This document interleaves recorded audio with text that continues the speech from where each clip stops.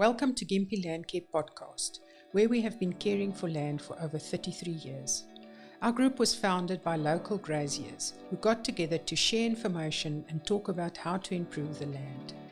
We have continued that tradition and firmly believe in the power of like-minded people working together to regenerate and rehabilitate the land. With these podcasts, we hope to inspire environmental change and regeneration through community engagement at all levels, from the backyard gardener to the farmer on large-scale properties. We will showcase real stories and passionate people.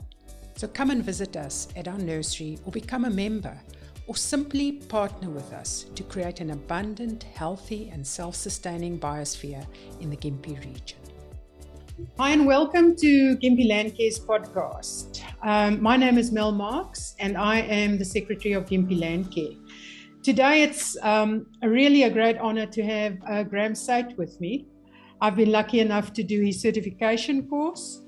Graeme is Nutri-Tech's CEO and founder. He's an author, educator, more than 300 published articles. His book, Nutrition Rules. And Graeme, I believe you're busy with 2 more books, so exciting to see those coming out. Yes. You're an international speaker. You specialize in soil, plants, animal, and human health and wellness. You have a podcast. You've done TEDx talks. You're invited to consult with governments, farmers, medical professionals, and key decision makers in the US, Vietnam, South Africa, India, Singapore, the Netherlands, France, and the list goes on. So welcome and thank you for coming to talk to us and our listeners. And I thought we could maybe kick off with how it all began for you. Yeah, it's a pleasure to be here. It was an unusual beginning for me. It was one of those kind of life-changing scenarios where I had a young 6-year-old daughter who was hit by a car outside the school. If you drive into the little town called Gympie, you'll see the signs saying, "We love our town, we love our kids, we love our town, please slow down." And that was based upon Rachel's accident some 26 or 27 years ago. So she was horrifically damaged, brain damaged and physically damaged, and lay in a coma for 3 months. And it was hard times because they were asking to turn the machines off because she was an organ donor and people were waiting on her harvestable organs, her eyes and her kidneys and whatever else. And because she was destined, they said, to be a vegetable. And she finally sort of stabilised, and it was very, confronting. And of course, she was sitting there holding someone's hand for 3 months. But then the machines that you'd come to know and hate started beeping at once, and they said, "This is brain death approaching." And so I'm not conventionally religious in terms of church, but I know there's something there, and I've got that overriding sense. So for the first time in my life, I made a deal that should she survive, I just did it in my head, that should she survive against the odds, I would do something of real value. At that point, I'd been quite successful in business, and I was kind of an A student at university back in the day, but had not used anything to help anyone. It was just looking after myself.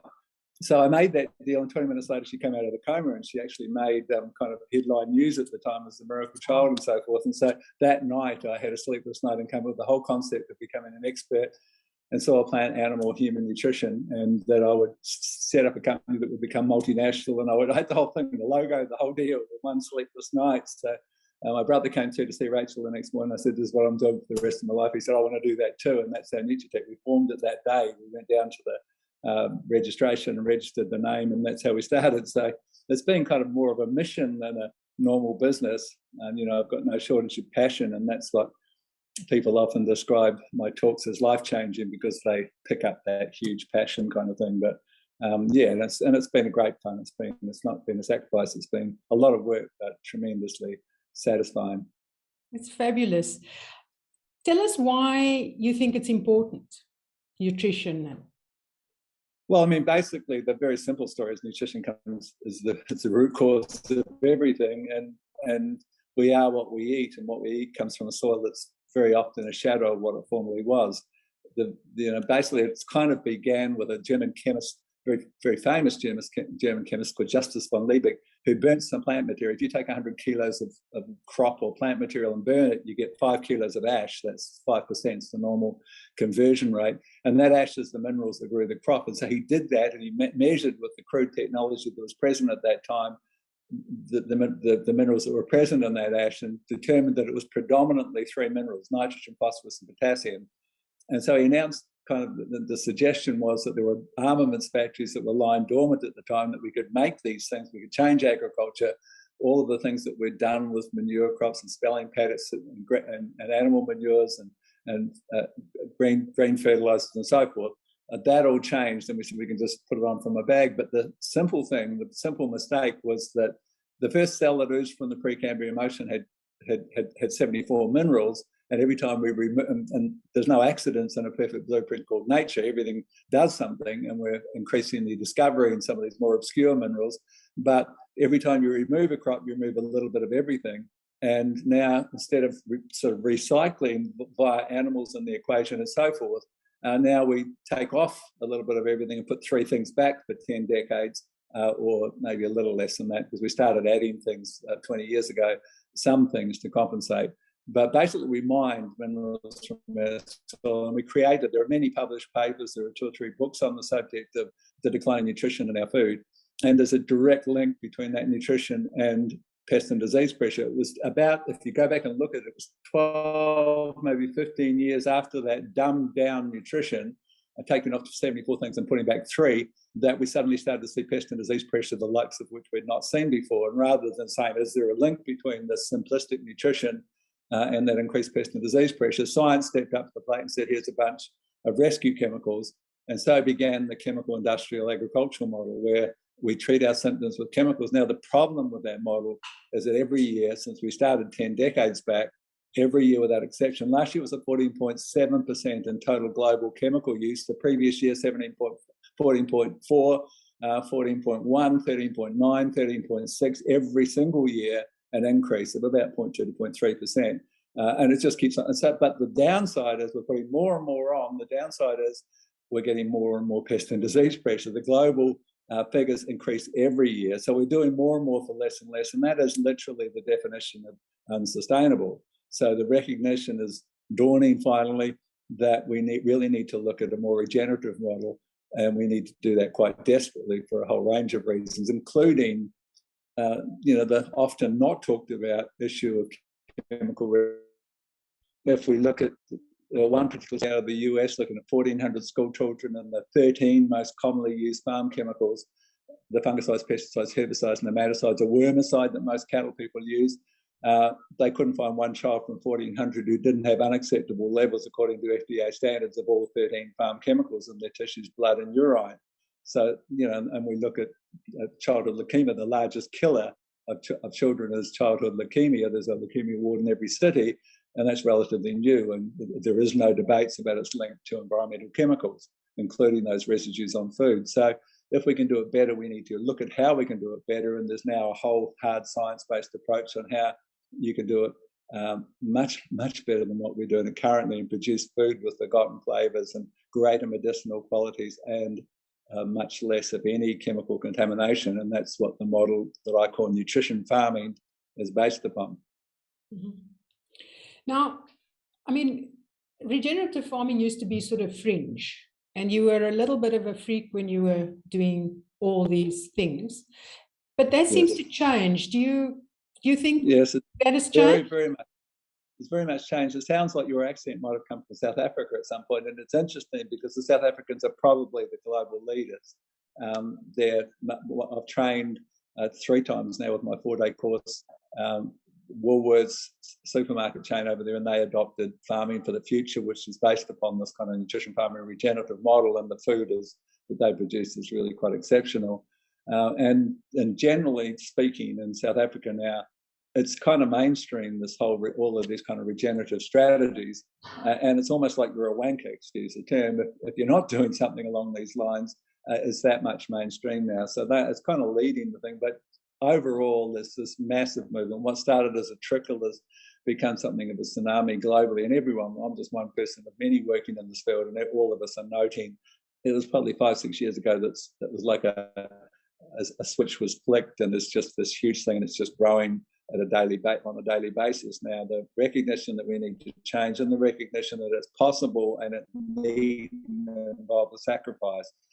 The old school concept to say organics, and what we're doing isn't necessarily organics, it's just organics. Was that you fell in a heap production wise, but hopefully you at some point picked up some extra premium because of your chemical free produce, and that's absolute nonsense. What we understand now with a much more hard science basis is that it's just a different road to Rome. There's no reason at all that you should ever have less yields with a more sustainable model. It's just knowing how you address things, and that comes down to minerals, microorganisms, and humus, three things, and their interplay, and understanding that interplay. And it's really fun learning about it.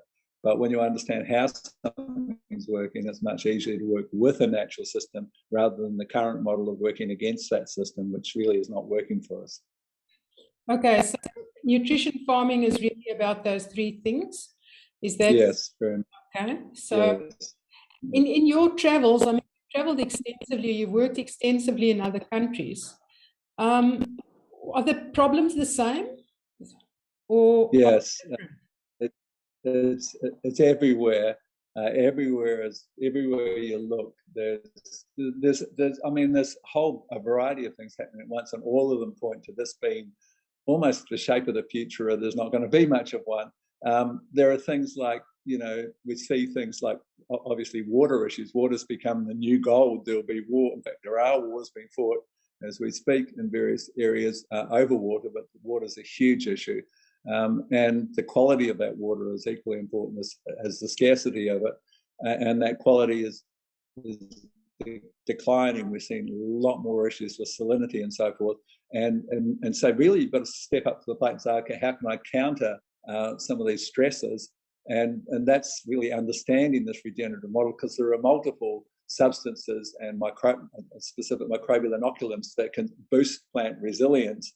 And we really, really do need resilience. I mean, one of my 3 farms, my apple farm, we got 2 massive hailstorms within 5 days. And I'm talking huge hailstorms, tens of thousands of dollars of damage to our hail netting and to crops that weren't protected. And then we had another one that missed us by a kilometre on the 8th day. And I mean, this is unheard of. This is the first week of the hail season. And we're having these hailstorms with 16 centimetres in Maryborough the other night, the largest ever recorded in Australia, and the hails are just pelting everywhere. There's more today happening all over. So we're seeing the extremes that we, of course, knew we'd see with climate change, and it's become a hard road to produce food. I can't see food going anywhere but up in price because of the increasing difficulties in producing it. But you do need to have a plant that can handle that, and that's all about understanding minerals, microorganisms, and humus in terms of creating that resilience to maintain profitability in the face of increasing challenges. So there's this term that I hear a lot of, and that's called nutrient dense. Yes. Can you give us a little bit more information? Well, basically, it's about the concept of food with forgotten flavours. Nutrient density and flavour are one and the same thing. The better something tastes, the better it is for you. So people say, oh, carrots aren't what they used to be, or tomatoes aren't what they used to be. And that's a reflection of a lack of nutrition. And that lack of nutrition is based upon not just a lack of nutrient support in the soil, but what we've done to the soil life that delivers those minerals, understanding that interplay between minerals and microorganisms.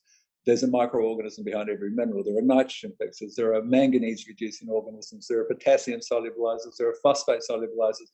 That microorganisms determine nutrient uptake, and the greater the diversity and number of microorganisms in the soil, the greater the delivery of mineral nutrition and a whole variety of other substances, nutrients that are delivered to the plant. And the more of that that's present, and of course within this model there are simple little tools that can monitor that nutrient density, but the greater the nutrient density, the lower the pest pressure, the higher the fun farming, basically, because there's less stress, and the higher the yields and the higher the profitability. So it's a nice win-win model. So, this all sounds very complex, and nature is a complex organism, and we've probably just been going at it bit by bit without really understanding what we're doing.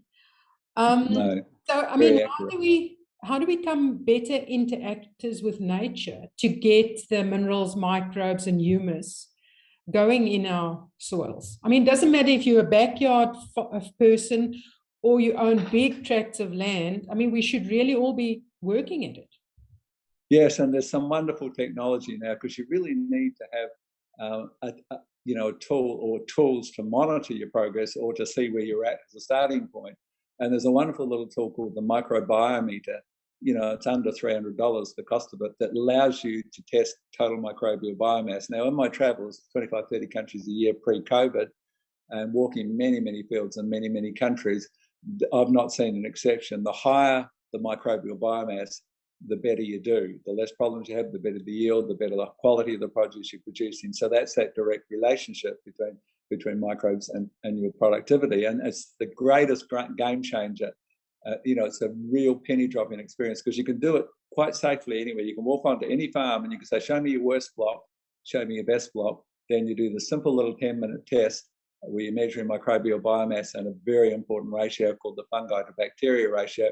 You do that little test, and without exception, the bad block will have half, something like that, half of the good blocks. So one of them will read 200, the other will read 400. And immediately you can see the farmer saying, oh my God, that's my determinant. And I've never even thought about soil life in my life before. And I now realize if I look after them, they'll look after me. And that's what's happening by accident in my best and worst blocks. So that's kind of a penny dropping paradigm shifter. And then if you've got that tool, you can say, where do I start with now? If I do this strategy, did that work? You can test and see. And so it takes the guesswork out of it. You're not driving blind when you're trying to improve fertility, improve productivity with that simple little tool. So you're going to be doing a workshop at Gympie Landcare, and it's called Health and Wealth. And that's an interesting title for me, because I'm not sure that, we always put soil health and wealth together. So tell me a little bit about that. I mean, how's that link? Where do you see that link? Well, basically, the wealth concept goes beyond monetary wealth, of course. It's a broad term in terms of all of the things that make us happy, because it's essentially, the meaning of life. When you're on your deathbed and you've got 2 weeks to live, very often, if you're not zonked out on morphine, very often there's a clarity that comes through where you can actually see your life, and what you recognize is that the measure of a good life is how much peace and happiness and satisfaction you achieve during that relatively short lifetime. And so basically this understanding, I mean, there's a dichotomy, there's a very good book called Conversations with God, where theoretically this guy is speaking with God, and of course it's a multi-million-dollar seller, because whether you believe it or not, there's some very tremendously profound things. And God theoretically says to Neale Donald Walsch, the author, every decision you make in life will be based on one of two things, and there are no exceptions. It'll either be fear that drives that decision, or it'll be love that drives that decision. And you think about it, every decision, it's either I don't do this will happen, or it's a love-based decision. And pretty much the farming model, the chemical farming model, is based completely on fear. Agronomists who are sales agronomists know exactly that you go and say, well, you take the leaf, I found this little aphid, so you better use this chemical that just happens to be in the back of my ute. It's a fear-driven model. It's a reactive model. And what we're talking about is switching to a proactive model where you're understanding the system that you're working with. And as you said, it's not simple. There's a variety of things that you need to understand, but they're not difficult either. It's just that you've got to go through and learn them, and it's fascinating. And then you've got a system based upon, people are not happy putting on their sweat-soaked spacesuit to poison the crop they're selling to other consumers and their entire working environment, including their soils. They think there's no choice. And when they discover there is a choice, and it's a really viable choice and a profitable choice, they get quite passionate. People who've had their farms on the market, because they're 70 and they decide to move on, have pulled them off the market because they've never had more fun farming than when they work with a system rather than against it. It really is good fun. It's a lot of room for passion in there. It becomes, really, really something special. So as consumers and people who own land, what is it that we can do? One thing, if you understand, so let's talk about the biggest challenge that we've ever faced. And the biggest challenge we've ever faced is climate change. It's huge, it's massive, it's really, we're staring down the abyss as we speak, sort of thing. And then we look at the various contributors. And of course, we are the largest contributors to CO2 per head of population in the world, with our sales of coal and our use of coal. But if we look at the bigger picture, we see that the largest contributor has been the soil. if we look at carbon and we look at what's called the carbon cycle, carbon stores in carbon-based life forms, humans, plants, animals, it can store in the atmosphere as CO2, but the largest storehouse is humus or organic matter in the soil, and we've lost 2/3 of that. It equates to almost double everything else we've done. The coal we've burnt, the industry, the motor vehicles, the 7.4 billion lungs breathing out CO2. In terms of that contribution, that thickening effect of that gas on that blanket of greenhouse gases, the sun passes through, some of the heat's trapped, and that determines a livable climate. But we've made that blanket thicker than what it was supposed to be, and we're trapping more heat and changing our world quite dramatically. And then we say, how can we change it? Can we reduce emissions and all that sort of thing? But the fastest way that we can change it, and there's a growing global awareness of this fact, is to change the way we farm or the way that we garden, and realise that every time we build a little bit of organic matter, which of course you can test with a soil test, you can't say, I made some new organic matter. There's no such thing. It's the same carbon molecules that have been here since the start of time, and they cycle between three places, and you stepped into that cycle and directly sequestered what otherwise would have been in the atmosphere. So when you build organic matter, you are directly sequestering carbon that otherwise would have been in that blanket, trapping the heat and changing the world. And it's the fastest way and most efficient way that we can change things. And it turns out to be a wonderful win-win scenario, because when the National Bank did a very, very intensive piece of research looking at what determines profitability in agriculture, to their surprise, the greatest determinant of profitability was the percentage of organic matter in the soil. So here we are looking at potentially being paid a secondary income to build organic matter. We'll be paid carbon credits to do that. And it's this wonderful win-win where we're going to bless disease pressure, we're going to produce better quality produce, and we're going to save the planet at the same time. So it becomes a wonderful, you might have seen the movie Kiss the Ground. That movement started on the basis of my first talk in LA, and we formed that movement that night. And now, of course, it's a best-selling movie and so forth. And they're meeting, my Kiss the Ground group is meeting and they're changing things, and it really is young people showing what's possible in terms of driving meaningful change. So it's really quite uplifting to see the changes that are happening now, and to see what's possible, really. And I think it's simpler than what we think. I think that's the power of it all, isn't it? Because I've watched the Soil Story and a few of those. Yeah. And it's actually simple. I mean, I think it was Bill Mollison who said that the solutions to the world are embarrassingly simple. The world's problems are embarrassingly simple. And that's exactly what it is. It is embarrassingly simple. Yes, it's not huge. The basic concept is not huge. I mean, that simple little tool that I mentioned, that I consider to be something of a breakthrough, it not only does it measure the total microbial count without differentiating the microorganisms, it's just total microbial biomass, which turns out to be a direct measure of your productivity, but it measures something called the fungi to bacteria ratio, and that's huge. It's the most important ratio in this whole regenerative model, because what we're finding is that every soil is bacterial dominated, and why fungi are so important is that they create and make the material called stable humus. They actually bind little humus particles that bacteria make, and some they make themselves, and they bind that to clay to create this clay humus particle that lasts and is stable in the soil for 35 years. Now, if you take your lawn clippings and throw them in a corner and they turn into compost and you put them out, that's a bacterial compost for that very simple, easy to digest green material that bacteria love. And that will disappear. The 3 shades darker in your garden when you put on several barrows full will change 6 months later and go back to the same color. And that's active carbon, which has a 6 to 12 month life, and it returns oxidized and goes back to the atmosphere. That's what bacteria do, and that's what our soils are full of. And we need to bring back the fungal component that creates the stable humus that lasts longer than you and I, 35 years, assuming maybe you're going to last 35. I don't think I will more, but 35 years is a nice slice to hold it in the soil and out of the atmosphere, and that's all about fungi that are lacking. So then we look at the strategies that can build fungi and change that ratio. And now we've got a tool to say if we're on the right path or not. Very, very valuable tool. And then if we think of it, we're made of, our gut is full of microbes as well. So there's that link that we have to soil. The link is profound. So the finding with the human microbiome, of course, is that we've got a 30-foot digestive tract that houses 10 trillion organisms. Our body is a community of 10 trillion cells. That 30-foot tract houses 100 trillion. There's 10 times more microorganisms than there is human cells. So there's actually more of them than there is us.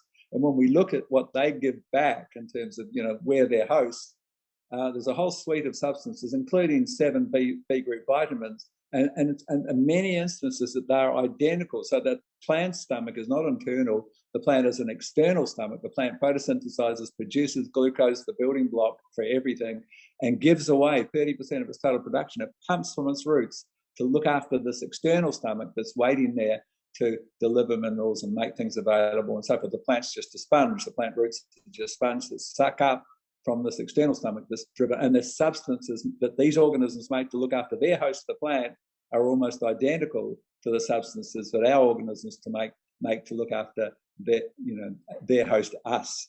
And so and we've bombarded that human microbiome with multiple things in exactly the same. And so many of us are in quite a mess from that perspective, and it's linked to every aspect of our health. There's no aspect of human health that doesn't have a link back to your gut microbiome.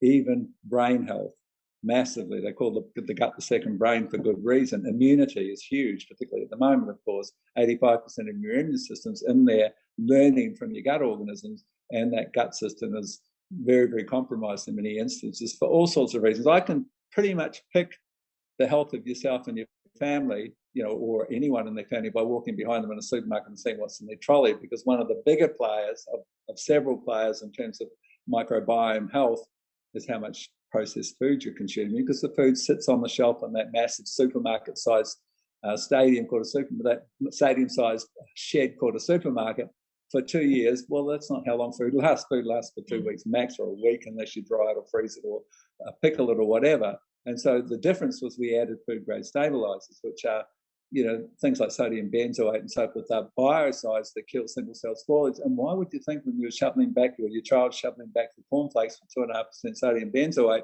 why would you think it stops working when it gets in your gut? And of course it doesn't. It's one of the major players in terms of compromising that life within that determines so much of our health. So the amount of processed food you're eating is a huge player in terms of how healthy you and your family are going to be for that simple reason. And it's exactly the same with how you're treating that army of organisms living beneath that root. That's where they all hang out, waiting for that daily feed of glucose, and in return fixing nitrogen, solubilizing phosphorus, producing a whole suite of substances that boost plant immunity and plant health to look after their host who looks after them. It's a give and you shall receive universe. So Graeme, getting back to you and your career, give us an idea of some of the highlights of your career. It's just been a wonderful journey. I mean, as I mentioned, I speak to some very large groups in some countries, as many as 2,000 people at a time, in places like India, which interestingly has really taken aboard some of these concepts. But I meet at governmental level. I met just before COVID with the minister for 3 hours in England and discussed post-Brexit agriculture policy. And he asked me to submit a whole bunch of things to consider, and it's part of this kind of awakening and this recognition.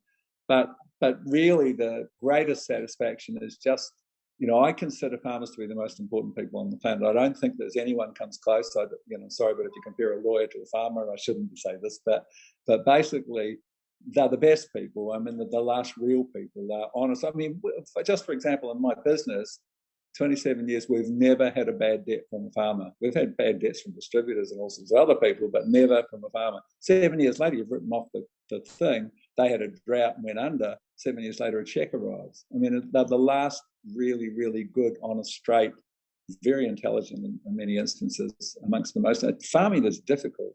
Farming with all these challenges. I mean, you've got to be multi-skilled on multiple levels. It's the best fun. I mean, I'm having so much fun having 3 days a week on the farms now because I've got that luxury. But it's just the best profession. And it's so important. I mean, you're producing the food that sustains people. There's nothing more important. And at the same time, if you do it right, you're the biggest players in saving the planet in terms of climate change. So it was always important. It's become a lot more important now. So I sort of made my life role to look after farmers and to have that satisfaction of seeing those changes and to see people get passionate and to enjoy their farming and to do better. That's just the most rewarding and satisfying thing that I've ever done, and I can never get sick of that. I just love it. Right. Now, role models. Who are your role models? Well, there are several, mentors. There was an American consultant. He's got a wonderful book. It's called The Farm as an Ecosystem. His name was Jerry Brunetti. I brought him out and toured with him and another very good American consultant called Gary Zimmer. And we did a tour called the 3-Up Tour with the three of us. And I was very much the junior partner. But he became a great friend and a great mentor. And he was almost saint-like in the amount that he would just give and give until he dropped, basically. And it became my, if I ever get exhausted when people ask me a question, I've just been on stage for 10 hours and I'm still going, I always just think of Jerry and think, well, he can do it, I can do it, sort of thing. So, sorry. And so he's been a major player in his book, which he just wrote before he died, is probably the best of the books out there on regenerative agriculture. It's wonderful. So, he got me onto the human health path and becoming sort of a nutrition expert. I lecture doctors around the world on nutrition now, and it's become a huge part of my presentations as I talk about how you can personally live a longer, happier, healthier life. So I see it as a kind of genuinely holistic approach where we say, okay, we're going to look at every aspect of soil and plant health, but your health is equally important and what we find is that a healthy farmer is more likely to have a healthy, productive farm. So it's part of a holistic model to keep the farmer healthy as well. And farmers are actually notoriously unhealthy. If you look at the figures on farmers' health released, I think 4 or 5 years back, the first study that was released, largest, double the amount of most degenerative disease. We're talking things like diabetes, heart disease and stroke was about roughly double the next closest profession. So, but then we looked at things like alcoholism, depression were 3 times the next closest profession, and suicide was 4 times. And the next closest profession, interesting, was dentists for suicide. But so we're not a clean, green, healthy profession, and it's anything but. There's a lot of things and so I've taken it as one of my roles is I'm going to change that. So I talk about philosophical things, I talk about relaxation strategies, and of course all of the things coming back to nutrition and how you can live that longer, happier life, basically, as part of the whole story. So I don't do any presentations where there's not an aspect of that covered. Right. So you're taking a holistic approach, in other words. Yes, totally holistic. Yeah, and it's amazingly popular. I thought I'd just build a bit into it, and there's such a demand for it that even my podcast has half an hour on human health in each podcast. And the podcast has sort of gone crazy. I got number 7 in the world for educational podcasts a few weeks back. So it's kind of gone crazy, but and it's wonderful because I don't know why I didn't think of it earlier. Because you're in the tractor, you're doing repetitive things in some instances, or you're driving miles into town, and why not use that as a learning opportunity? Podcasts are wonderful from that perspective, as we know, because we're doing one at the moment here. They're a great concept. I believe you're having a nutrition festival, which is something new. I'm not sure about that. I'm not sure about that. I haven't heard about this. Oh, okay. My PA usually tells me about things a couple of days out. So I got this happening this week. The marketing department hasn't got to you yet. No, I haven't. It's a retreat. A nutrition retreat, festival retreat. Okay, no, I haven't even heard about it yet. So it'll be interesting to follow up and see what that's about. But we've basically I was booked out till Christmas all over the country, in Western Australia and Victoria and South Australia and so forth, and all of that, of course, was cancelled due to COVID. And our courses, we have a seminar centre here, and our courses have all been cancelled for this year. And so we're looking forward to a brighter start next year and hopefully getting back into the new normal. It's never going to be quite the same again, but yeah. So I've got a 2-day course coming up this weekend that I'm really looking forward to, because I haven't talked in public for a few months now. So it's going to be really fun to get back and do it again. It's a good crowd. It's on a farm, so we get out and look at some practical things and teach how to brew microorganisms and a whole range of things. So it'll be great fun. So Graeme, last words of wisdom to the podcast listeners.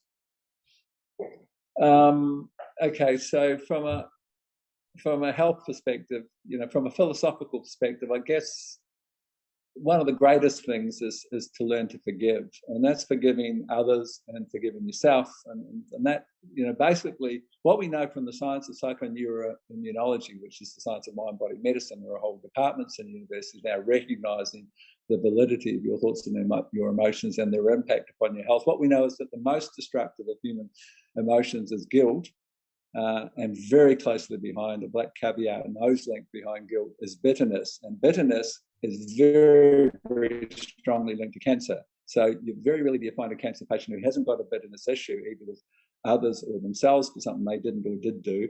And so the concept that everyone who's ever tuned in, whether it was Buddha or Jesus or Muhammad or whoever, all of them had the same message: you've got to forgive. You've got to forgive yourself. You've got to forgive everyone, because if you don't, you'll be bitter, and bitterness will quite likely kill you. So that's a nice little message, I think, that you could take home. Forgive everyone, including yourself, for everything.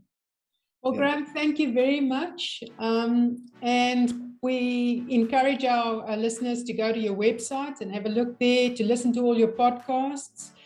And thank you very much for spending this time with us. We appreciate it, and we look forward to seeing you here on the 6th of November. Thank you. Yes, I'm looking forward to it. It'll be great fun. Thank you. Nice chatting with you. See ya. See ya. Bye. Bye. Thank you for listening to Gympie Landcare's podcast. Please jump onto our website, www.gympielandcare.org.au. There you'll find many services that we could help you to restore your land. We've got a nursery you can come and visit. We have biocontrol services, and we have a team that can go to your property and assess your needs with regard to restoration. Please like, share, subscribe, and comment so that we can improve this podcast. Speak to you later. Bye.